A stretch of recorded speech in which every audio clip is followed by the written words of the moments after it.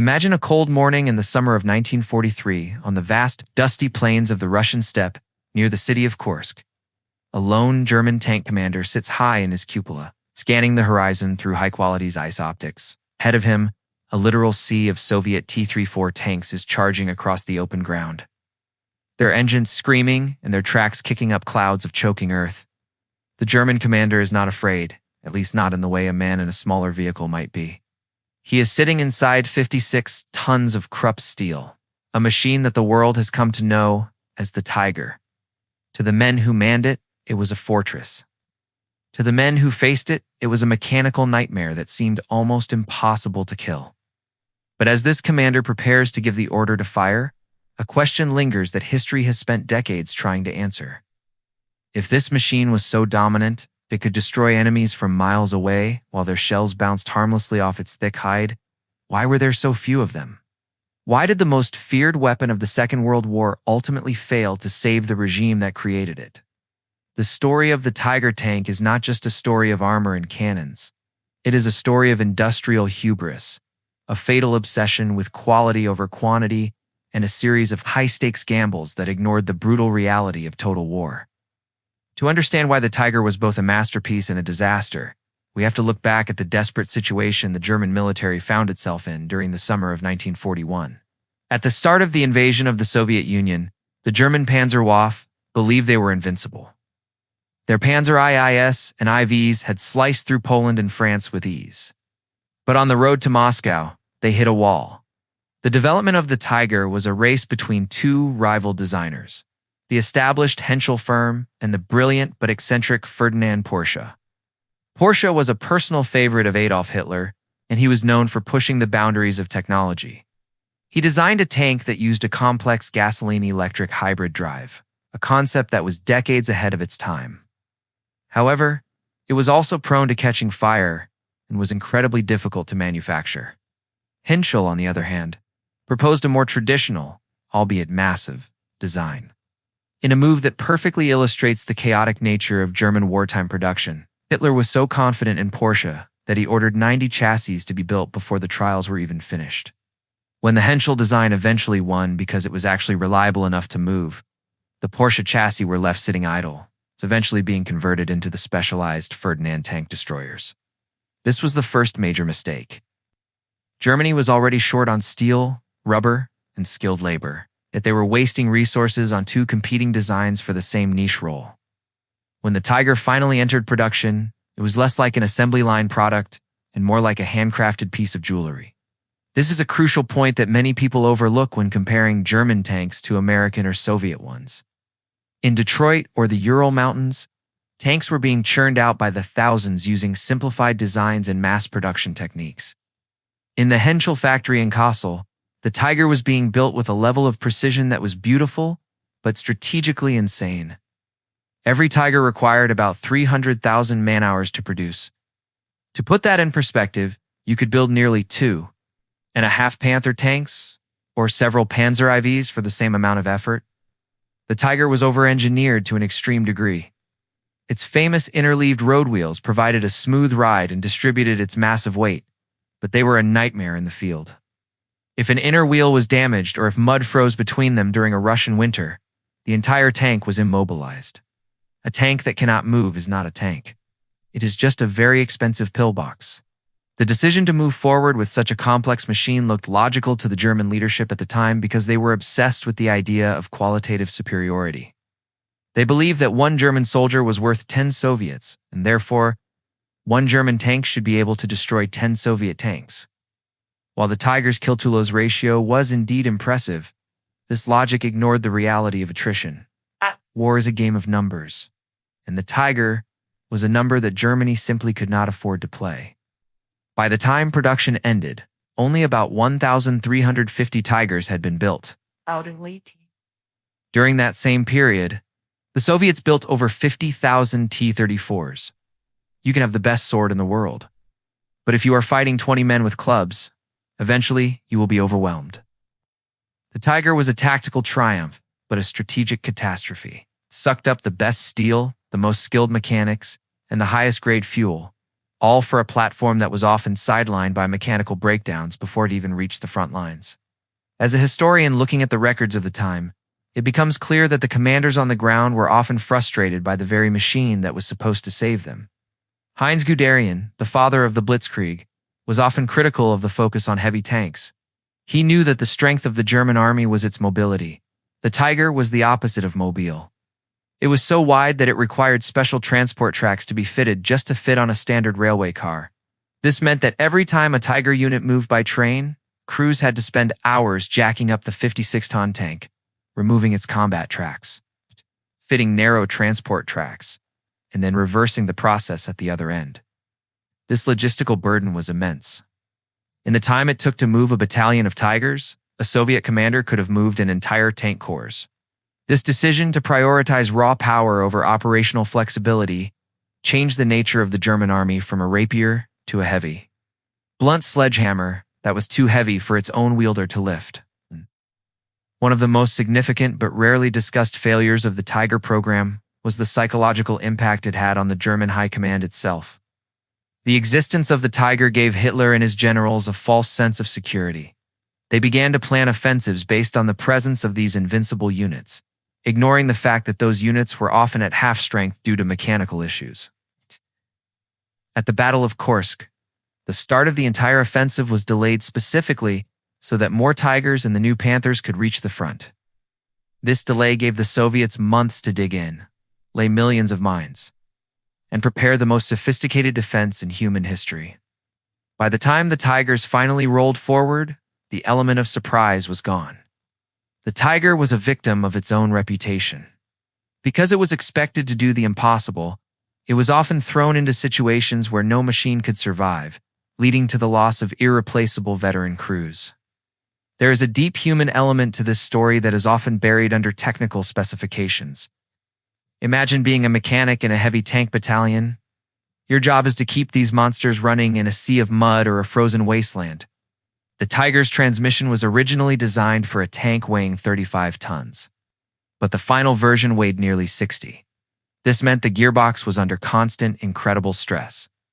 If a driver was too aggressive or if the tank had to turn on a steep slope, the internal gears could literally shatter. Replacing a transmission in a Tiger wasn't something you could do in a field. It required a heavy crane and a specialized workshop. Because Germany lacked enough heavy recovery vehicles, many Tigers that suffered minor mechanical failures were simply blown up by their own crews to prevent them from being captured. This is perhaps the greatest tragedy of the German industrial effort. Thousands of hours of labor and tons of precious materials were frequently destroyed by a single pack of explosives because a $10 bearing had failed and there was no way to tow the tank home.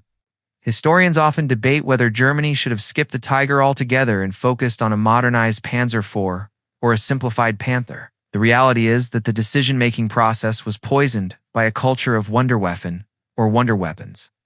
Hitler was captivated by the idea of a machine that could dominate the battlefield through sheer presence. He was a man who looked at a blueprint and saw a symbol of national strength rather than a piece of military hardware. This top-down interference meant that engineers were often forced to add more armor or a bigger gun midway through the design process, which only added more weight and more strain to an already overburdened chassis. The Tiger was not a weapon designed by committee. It was a weapon designed by a regime that had lost touch with the practicalities of industrial warfare.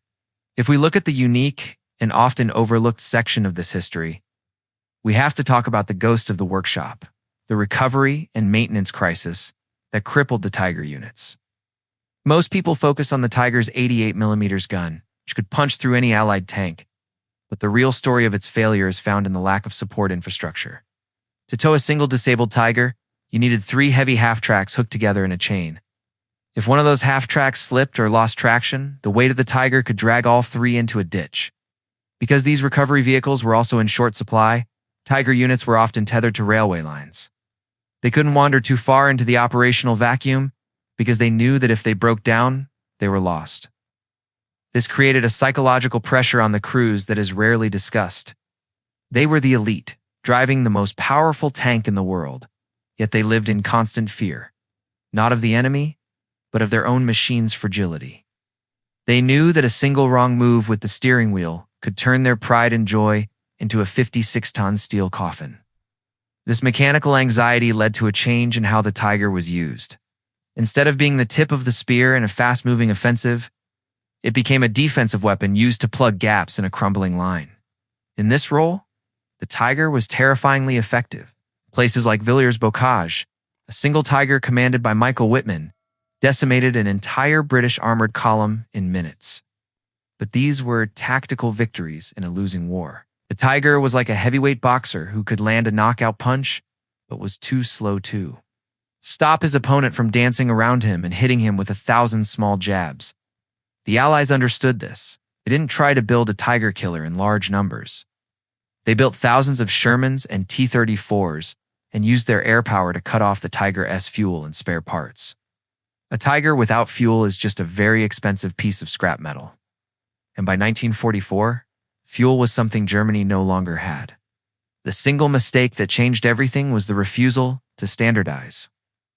While the United States was perfecting the Sherman, a tank that was easy to transport, easy to fix, and good enough for most tasks, Germany was building a boutique collection of heavy tanks, each with different parts and different requirements. This lack of standardization meant that a Tiger unit couldn't just take parts from a nearby Panzer unit. They had to wait for specific components to be shipped from factories that were being bombed around the clock by the Royal Air Force and the U.S. Army Air Forces. This was not just a failure of engineering, it was a failure of imagination. The German leadership could not imagine a war where they weren't the ones dictating the pace. They built the Tiger for a world where they had total control of the air and the roads. A world that ceased to exist after 1942. When we reflect on the decision-making of the commanders, we see a pattern of logical fallacies. They believed that the psychological terror the Tiger inspired would be enough to break the enemy's will. And for a while, Tiger fear was a real phenomenon. Allied tank crews would report seeing Tigers everywhere, even when they were only facing armored Panzer IVs. But fear is not a substitute for logistics. The Americans and British simply adjusted their tactics. They learned to use smoke, artillery, and flanking maneuvers to get close to the Tiger's thinner side and rear armor. They realized that the Tiger was a slow-moving beast with a turret that turned painfully slowly, using a hydraulic system linked to the engine speed.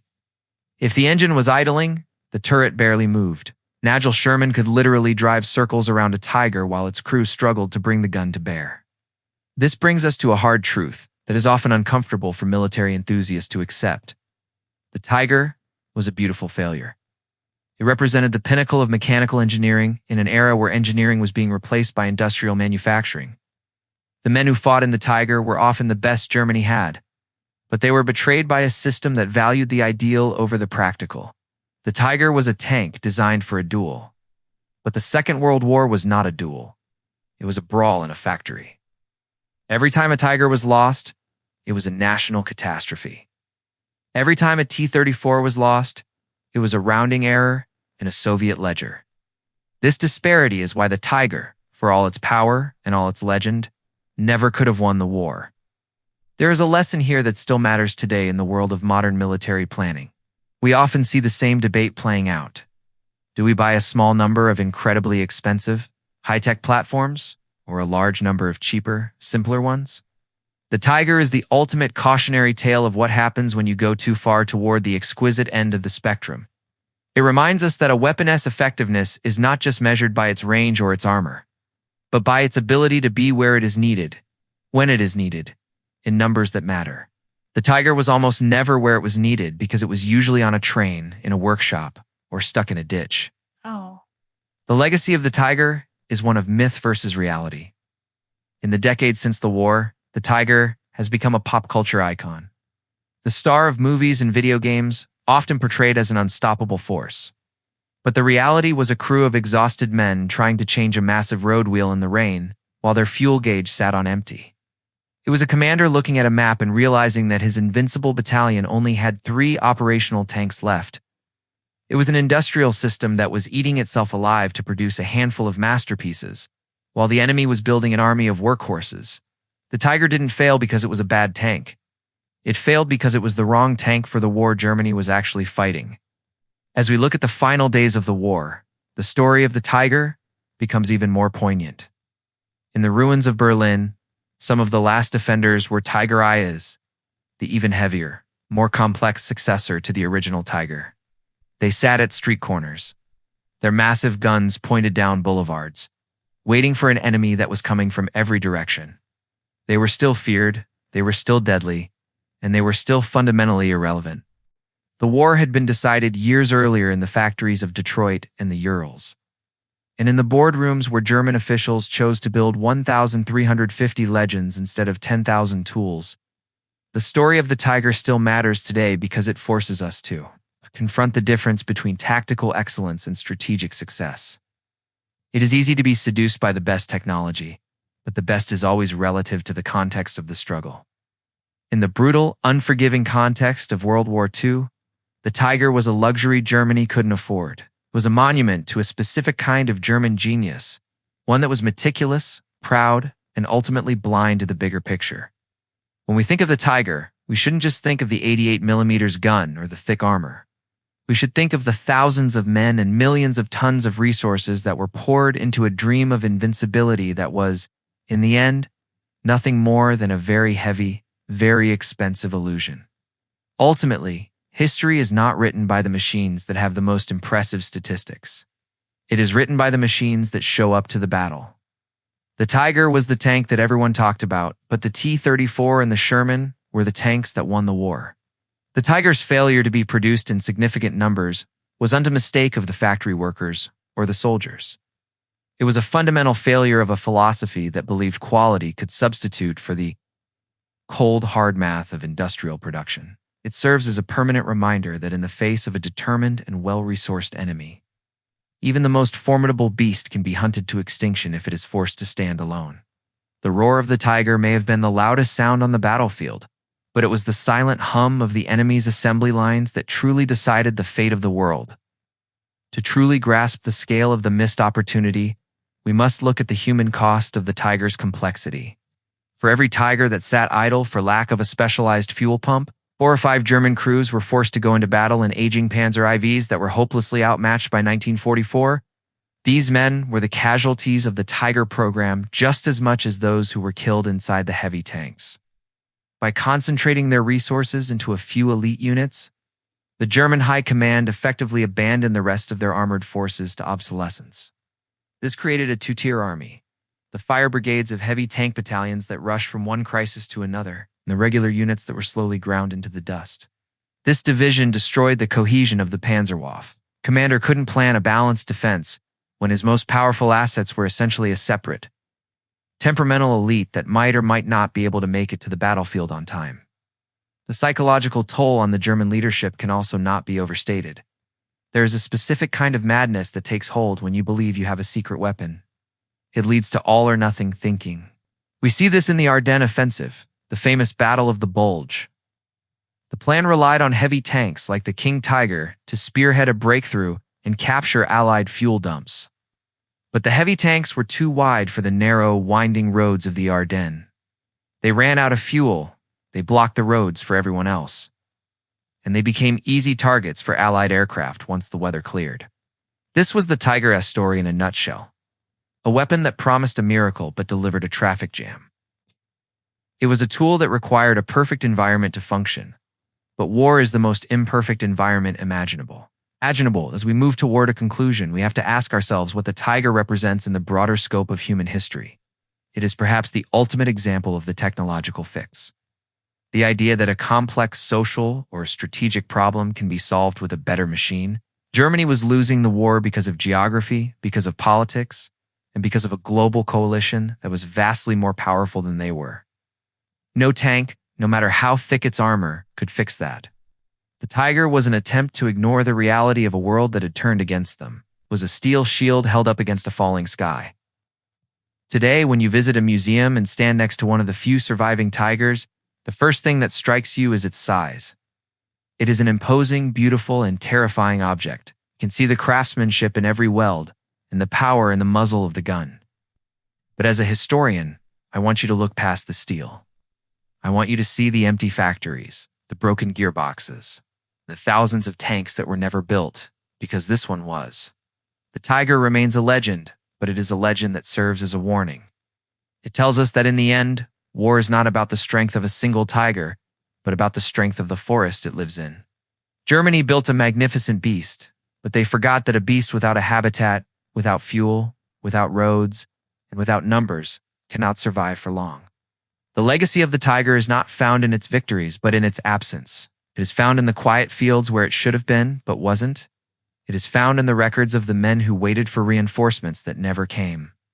And it is found in the realization that the most dangerous weapon is not the one that kills the enemy, but the one that deceives its creator. The tiger was the greatest tank of its time, and that was exactly why it was such a monumental disaster. It gave a dying regime the hope that they could still win, and in doing so, it ensured that they would lose everything. The story of the tiger is the story of the end of an era, the end of the belief that a single masterpiece of engineering could change the course of history. In the modern world, history is moved by the masses, by the assembly lines, and by the common soldier.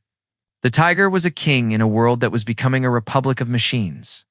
And like all kings who refused to adapt, it was eventually toppled by the very world it sought to dominate. As we close this chapter on the most famous tank in history, let us remember it not as an invincible monster, but as a very human creation. It was a machine built with great skill and even greater arrogance. It was a machine that achieved the impossible on the battlefield, yet failed at the simplest tasks of war. It remains a haunting symbol of the Second World War, a conflict where the limits of technology were pushed to their breaking point, and where the true cost of power was finally revealed. The tiger's engine has long since gone silent, but its story continues to echo, reminding us that in the theater of war, the most impressive actor is rarely the one who decides how the play ends. The final thought we are left with is one of balance. A weapon must be a part of a system, not a substitute for one. The tiger was a tank without a system, a weapon without a strategy, and a legend that was ultimately crushed by the weight of its own ambition. When we look at the tiger today, we are looking at the peak of a mountain that led nowhere, a magnificent road that ended at a cliff. It is the most impressive failure ever built, and that is why we are still talking about it 80 years later.